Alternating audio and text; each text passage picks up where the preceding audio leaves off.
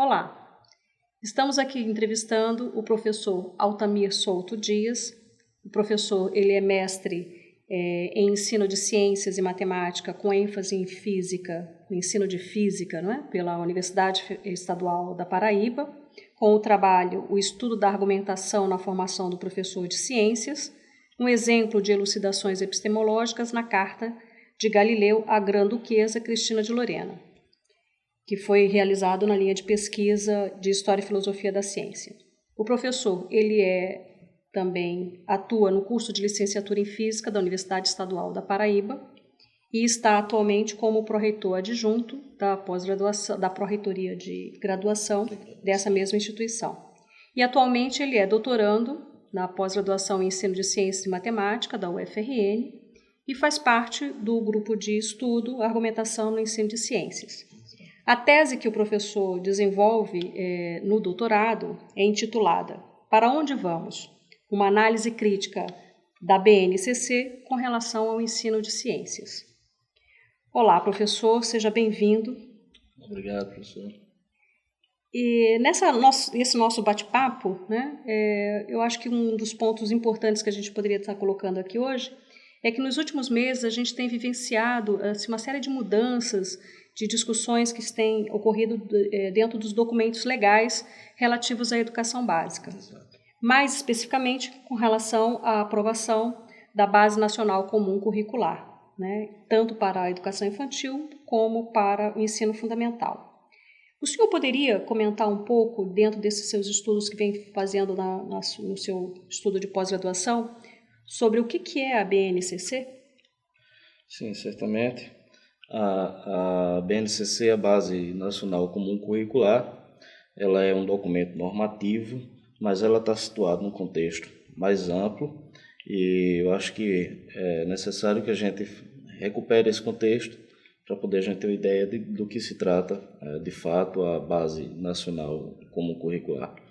E esse contexto mais amplo diz respeito à aprovação de uma outra lei, a Lei 13.415, de 16 de fevereiro de 2017, que também ficou conhecida como Lei de Reforma do Ensino Médio, que a princípio foi apresentada como a medida provisória 746, aquela medida que foi bastante impopular e que acarretou em diversos protestos pelo país, inclusive com as ocupações das escolas. E essa medida provisória 746, tornada lei, a Lei 13.415, ela alterou substancialmente o ensino médio, pelo menos em duas frentes. Uma com relação à carga horária do ensino médio, que passaria a ter, então, das 800 horas anteriores, a partir de 2 de março de 2017, passaria a ter 1.000 horas, né, com um prazo de 5 anos para que essas 1.000 horas também progredissem, fossem acrescentadas para chegar a 1.400 horas, né. A Lei de Reforma do Ensino Médio, portanto, altera, em primeiro lugar, a carga horária do ensino médio e, em segundo lugar, naquilo que talvez seja o ponto mais controverso, que diz respeito à alteração curricular, né? A reforma do ensino médio estabelece, né, através da Lei 13.415, que o ensino médio passaria a ter currículo composto da Base Nacional Comum Curricular, por um itinerário formativo, né? Dentre os seguintes itinerários: linguagem e suas tecnologias, ciências da natureza e suas tecnologias, ciências humanas e sociais aplicadas e um itinerário formativo de caráter técnico, né? Além disso, fica estabelecido que essa oferta dos itinerários formativos, né, dependeria, né, da disponibilidade do sistema de ensino, né, de maneira que, pelo menos na letra da lei, o estabelecimento de ensino ele poderia ofertar até a possibilidade do itinerário integrado, que seria a composição de todos os itinerários formativos, né?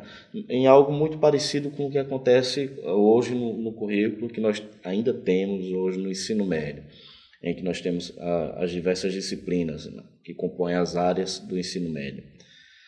Porém, essas duas alterações, elas já antecipavam a existência da Base Nacional Comum Curricular, que à época ainda não estava finalizada, nem homologada, enfim, estava ainda num processo de elaboração. Portanto, a Base Nacional Comum Curricular é um documento normativo que, se nos apegarmos àquilo que ela traz como autodefinição, é um documento de caráter normativo que descreve quais são os direitos e objetivos de aprendizagem, né, a partir de competências gerais, que são aprendizagens definidas como aprendizagens essenciais, em número de 10 competências, que atravessam todo o currículo dos componentes curriculares da educação básica. A base, ela é um documento, portanto, de determinação curricular, né, que pretende propor um currículo a ser executado, né, nas escolas, na medida em que ela determina aquilo que deve ser alcançado, o caminho, ou melhor dizendo, o destino aonde se pretende chegar. Professor, e essa proposta da base é uma proposta nova ou é uma proposta antiga? Embora tenha sido instituído por meio de uma resolução de 22 de dezembro de 2017, uma resolução que instituía a BNCC, a Base Nacional Comum Curricular, e orientava a sua implantação. Embora seja recente, de dezembro do ano passado, na verdade a elaboração de um currículo nacional, vamos dizer assim, de uma base nacional curricular, já era sinalizada na própria Constituição quando previa a instituição de conteúdos mínimos a serem ministrados nas escolas de todo o país, né? Portanto, em 1988. E também já naquele ano a ANPED, né, a Associação Nacional de Pesquisadores dos Programas, aliás, de pós-graduação em Educação, já publicava um documento em que clamava a necessidade de elaboração de uma base nacional comum. E também naquele ano um projeto de lei, né, foi apresentado na Câmara dos Deputados, que viria a se tornar a LDB de 1996. A LDB ratifica a necessidade da Base Nacional Comum, e mesmo a instituição dos parâmetros curriculares nacionais, a partir de 1997, não fizeram cessar a reivindicação, né, por parte do Conselho Nacional da Educação, enquanto representação da sociedade, por parte do MEC, a necessidade de elaboração de uma base nacional comum.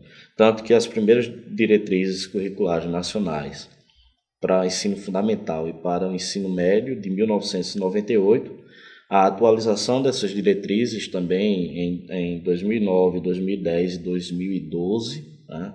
Em 2009, as diretrizes curriculares nacionais para o ensino infantil, né? Então, desde a LDB, contemplado no âmbito da educação básica, as diretrizes curriculares nacionais gerais para a educação básica, de 2010, né? Também de 2010 as diretrizes para o ensino fundamental e as diretrizes para o ensino médio. Em 2012, todas afirmam a necessidade de elaboração de uma base nacional comum. E, por fim, dentre outros documentos, entre pareceres e resoluções do Conselho Nacional da Educação, a gente tem também o PNE, né, que é um documento tornado lei, né, a Lei 13.005, de 2014, que estabelece como estratégias a elaboração, né, com pelo menos 4 ou 5 estratégias contemplam a elaboração da Base Nacional Comum Curricular para o atingimento das metas do Plano Nacional da Educação de 2014 a 2024. Então, professor, essa proposta é antiga, mas recentemente que ela foi estruturada por lei, né? E como é que foi esse processo de elaboração desse documento? Pois bem, o CNE, e o MEC, a partir de 2014, intensificaram as ações no sentido de elaboração da base, né? O CNE, por um lado, constituiu uma comissão bicameral, e essa comissão bicameral tinha o objetivo de auxiliar o MEC na elaboração das propostas, da proposta que seria posta em discussão da base nacional. E paralelamente a isso, o MEC também havia encomendado a produção de documentos por especialistas que alimentariam a discussão por esses conselheiros, né, que compunham a comissão bicameral. Então, entre 15 e 16, a gente tem uma força-tarefa de cerca aí de 120 especialistas que vão elaborar uma primeira versão da base, que vai ser posta em discussão, vai ser lançada na página da base e vai ser aberta a consulta pública, ou seja, as pessoas poderiam acessar e opinar, além das audiências que foram realizadas. E essa primeira versão, ela teve aí cerca de 12 milhões de contribuições por mais de 300 mil indivíduos e mais de 4.200 instituições, além de 45 mil escolas, e essas contribuições foram sistematizadas e foram agregadas à primeira versão da base, e a gente teve em seguida o lançamento, ainda em 2016, da segunda versão da base, que também foi posta para a consulta pública, né? Acontece, porém, que em 2016, né, nesse ínterim, a gente tem a deposição da presidenta Dilma Rousseff e a gente tem uma certa modificação no Ministério da Educação, a começar pelo seu ministro, em maio, né, o então presidente interino. Né? Na verdade, não foi a deposição, mas foi o afastamento. Né? Naquele primeiro afastamento, o presidente interino, Michel Temer, nomeou Mendonça Filho o Ministério da Educação, e ele recompôs as comissões e presidências e relatorias e, consequentemente, a metodologia de trabalho para a elaboração, né, da continuidade desse documento, o aprimoramento, né, da segunda versão que já havia sido posta à consulta pública, foi modificado. Né. Com essa modificação, a gente teve até, diga-se de passagem, com uma certa celeridade, que nesse caso, né, atrapalhou a elaboração, atrapalhou o processo de consulta pública da versão então disponibilizada da base. A gente teve à frente o CONSED, né, o Conselho dos Secretários de Educação, né, do Brasil, e a gente teve a Undine, né, formada pelos dirigentes municipais de educação, e essas duas entidades estiveram à frente, então, da avaliação daquela que foi a segunda versão. Né? E nesse processo, né, de avaliação, foram feitos seminários, né?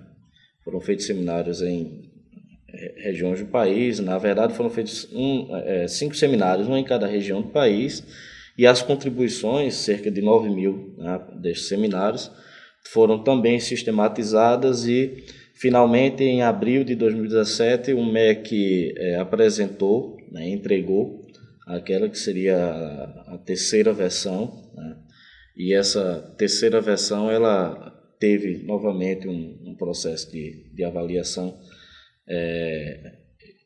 este sim nos seminários, né, nas 5 regiões do país, né, corrigindo. E desse processo, acabou que em 15 de dezembro, né, de 2017, essa terceira versão ela parecia que a aprovava, né, foi aprovado no Conselho Nacional da Educação, né, apesar de manifestações em contrário, apesar de muito se questionar o fato dessa versão não constar o ensino médio, que estaria, portanto, apartado, né, do ensino fundamental e do ensino infantil, mas ela foi aprovada e homologada em seguida, né, poucos dias após, pelo ministro da Educação, vindo a ser instituída por meio daquela resolução de 22 de dezembro. Mas ela estava na segunda versão? No ensino médio? Na terceira versão. No ensino médio, ela estava na segunda versão, na primeira e na segunda versão, e na terceira versão ela é retirada. A do ensino médio ela desaparece na terceira versão. Né? É aquela história da celeridade. O Ministério da Educação, no intuito de dar celeridade à aprovação da base, como não havia concluído o trabalho referente à base para o ensino médio, né, apresentou uma versão que foi aprovada e homologada, na qual só constava o ensino infantil e o ensino fundamental. Somente em seguida, né, agora nós já estamos falando de 2018, né, abril desse ano, foi apresentada a base referente ao ensino médio. Né. Novamente, a discussão ficou bastante limitada, porque foram elencadas 5 cidades do país para se fazer essa discussão, né, sendo que em 2 delas, né, devido aos protestos, às manifestações, essas audiências foram canceladas, porque não havia condições de serem realizadas as audiências. E no último dia 2 de agosto, agora recentemente, foi instituído um dia que o MEC resolveu chamar de Dia D. Né? O CONSED e o MEC promoveram um Dia D de consulta aos profissionais de educação, aos professores sobretudo, né, em particular das redes estaduais de ensino, em que nesse dia esses professores tinham que preencher um formulário dizendo o quanto concordavam ou discordavam, ou qual era a avaliação que eles faziam da forma como estavam escritas as competências e habilidades, né? Há uma ênfase, né, nesses termos, nessa versão da base do ensino médio. Como o senhor está explicando aí, esse próprio processo de elaboração nós tivemos, né, da primeira para a segunda e a terceira versão. Nós temos visto que há um determinado grupo de pessoas que são a favor desse documento e outros que solicitam a sua revogação. Na sua opinião, que aspectos positivos ou negativos, né, ou negativos, se for o caso, tem esses documentos, né, especialmente com relação ao ensino de ciências, onde a gente tem a física, a química e a biologia? A grande questão que é suscitada nesse processo de elaboração de um currículo nacional é a própria elaboração do currículo nacional, no país com a extensão do Brasil. Tem toda a diversidade cultural e regional e local que a gente tem. Desde o início, desde 2014, quando começou-se a discutir a elaboração da base, que as críticas elas foram sistematizadas em publicações diversas. Né? A gente teve diversos artigos publicados em periódicos, dossiês temáticos dedicados a abordar a elaboração de uma base nacional comum curricular. E essas discussões e críticas elas têm origem em setores qualificados, né? São, em geral, os seus autores, professores que atuam na pós-graduação em educação e ensino e que, portanto, têm competência, né, por serem especialistas, né, para elaborar críticas a uma tentativa ou um projeto de elaboração curricular. Né. Uma questão que pode ser colocada também é se os especialistas são unânimes com relação a BNCC, se são todos críticos e opositores da BNCC, e se não haveria, então, especialistas em favor da BNCC. Né? Isso é uma coisa que é possível se avaliar da seguinte maneira. A gente olha, de um lado, os especialistas que atuam em programas de pós-graduação em educação, em ensino de ciências, e que têm uma produção, uma trajetória em sua carreira acadêmica devotada a tratar de currículo, de ensino, da educação. E a gente olha, esses são os opositores, né, da BNCC, ou são os críticos, vamos dizer assim. E a gente olha, por outro lado, aqueles que são os favoráveis, né? Que constroem críticas favoráveis à BNCC, e a gente vê o vínculo que essas pessoas têm, que esses especialistas também, né, têm com empresas do terceiro setor, em sua maioria vinculados a grandes grupos empresariais, né, alguns dos quais com atuação no mercado de capital, no mercado editorial escolar, no mercado de materiais didáticos, de instituições de ensino privadas, né, da rede escolar básica.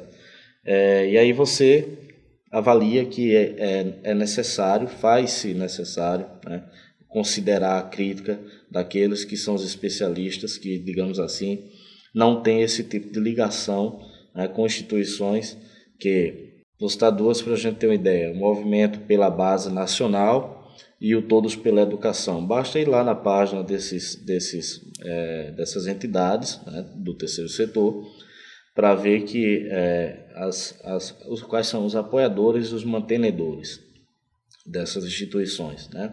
E daí a gente tem que, é obrigado, né, a colocar em suspeição as críticas, né, ou melhor dizendo, os discursos favoráveis oriundos, né, destes lugares, né. As críticas que são postas à base partem, né, como eu comecei, justamente do fato dela ser um currículo, né, apesar de que ela tem um slogan, né, o slogan é "Educação é a base".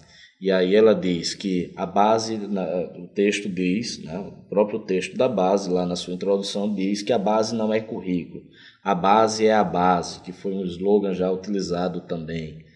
Apesar disso, né, no momento em que, na medida em que, melhor dizendo, ela determina quais são as competências que ela prescreve para a educação básica, as habilidades que são subjacentes a essas competências, ou seja, na medida em que ela prescreve onde se quer chegar, ela se constitui enquanto currículo, né? E o currículo é um território em disputa, porque o currículo determina aquilo que as pessoas vão estudar. E então, uma questão muito simples que se coloca é quem pode determinar, né?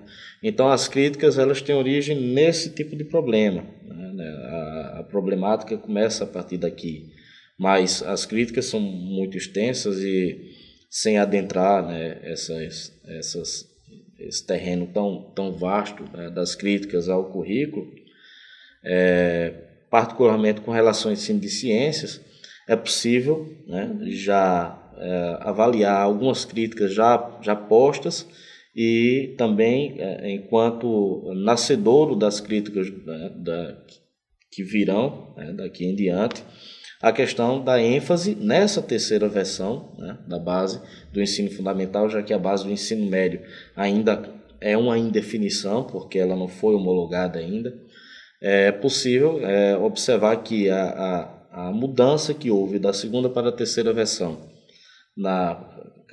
materializada na ênfase que aparece na terceira versão, nas competências, né, é com certeza um objeto que vai ser bastante criticado no campo do ensino de ciências, porque faz a gente retornar a um entendimento do que seria o objetivo do ensino de ciências, de documentos de orientação curricular aí, do tempo da década de 1990, no cenário de predominância de ideias neoliberalistas no Brasil, e enfim, que destoa daquilo que se esperava, né, para a base nacional como curricular. Em termos de conteúdos, tem algum significado, alguma mudança diferente com relação aos aspectos positivos ou negativos, assim, com relação aos conteúdos?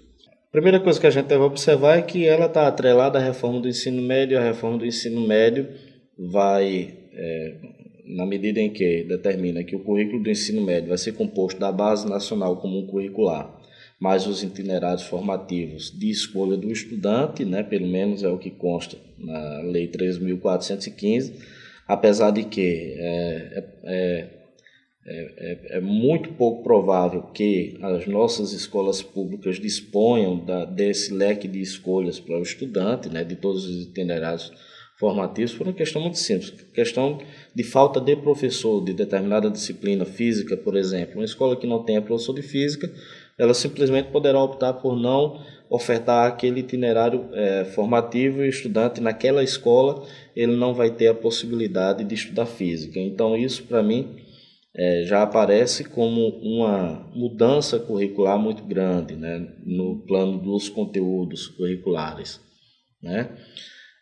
Uma outra questão também é que a base do ensino médio, ela praticamente só contempla a contento aquelas duas disciplinas que constam como, de fato, componentes curriculares que atravessam todo o ensino médio, que é a língua portuguesa e a matemática. Então, não há uma base para cada itinerário formativo, né? Então, a forma como, na versão em discussão, que ainda não foi aprovada, na versão em discussão da base do ensino médio, na forma como aparecem lá, por exemplo, os conteúdos de física, vê-se que é incipiente, né? Que há uma ausência de conteúdos que são tradicionalmente abordados, né?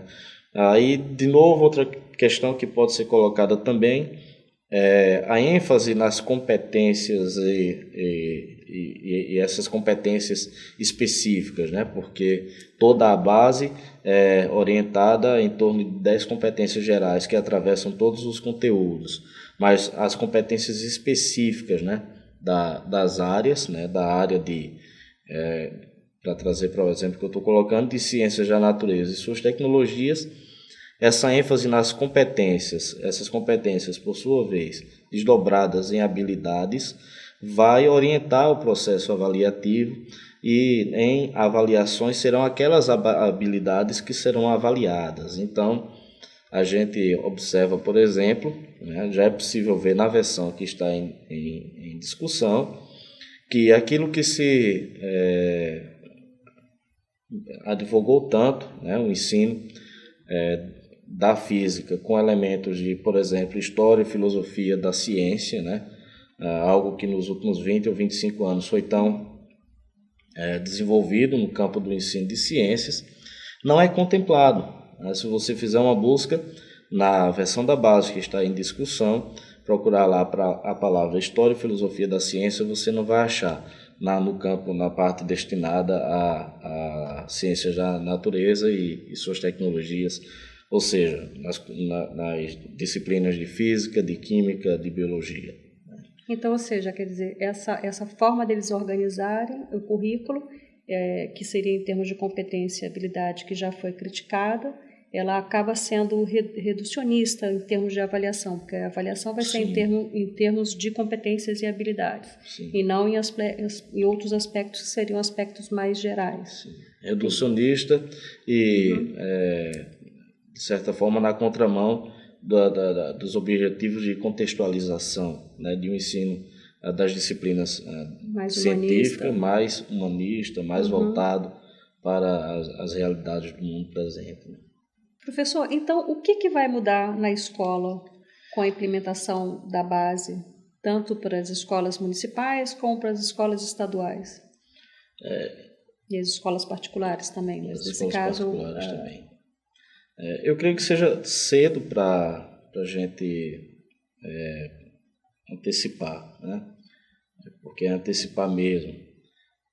O que de fato vai ser modificado no funcionamento da escola, na forma como o currículo está organizado nas escolas, porque a base de ensino infantil e ensino fundamental ela foi homologada e foi instituída em 22 de dezembro último, né?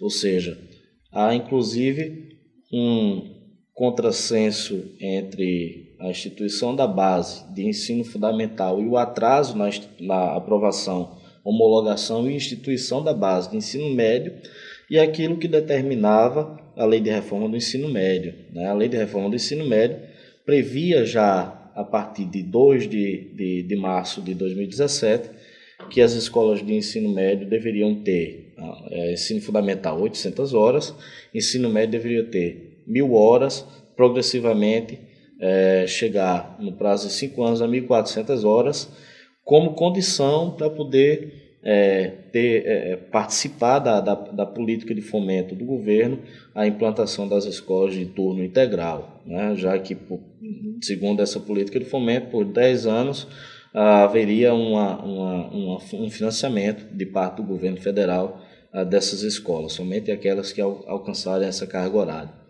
Então vamos começar pelo ensino médio.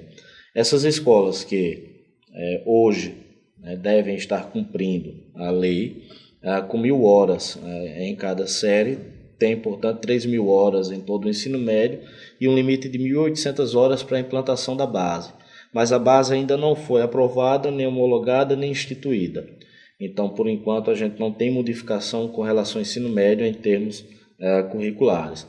Com relação ao ensino fundamental, a base instituída em 22 de dezembro último, certamente ainda não foi adaptada, ainda não foi implementada de fato nos espaços escolares, e me parece que somente o estado do Rio Grande do Sul, já tem partido à frente e feito um esforço para poder elaborar a parte diversificada, já que em todos os estados o currículo deve ser composto da Base Nacional Comum Curricular e uma parte diversificada, própria das características regionais, e demandas estudantis também, que é uma inovação, é um incremento, uma novidade que aparece na Lei 3.415 e que não tinha na LDB 9.394 de 96. Então, a contar por hoje, a gente não tem, eu acredito que a gente não tem essas modificações sensíveis ainda nas escolas, mas a gente também não tem como especular o que de fato vai modificar, pelo menos com relação ao ensino médio. O ensino fundamental é possível que a gente tenha aí nos próximos meses a implantação paulatina da base, tal como prescrito no documento. Muito bem, gente. Obrigada. Obrigada, professor, por nos ajudar a esclarecer um pouco sobre a questão da base, que é um tema tão atual e que está tão efervescente e que, por mais que a gente tente, na medida do possível, acompanhar, são muitas informações, é um volume de informação que sai a cada dia e nada melhor do que ter um especialista que está acompanhando e estudando sobre isso daí. Muito obrigada, professor. Eu que agradeço a oportunidade. Obrigado.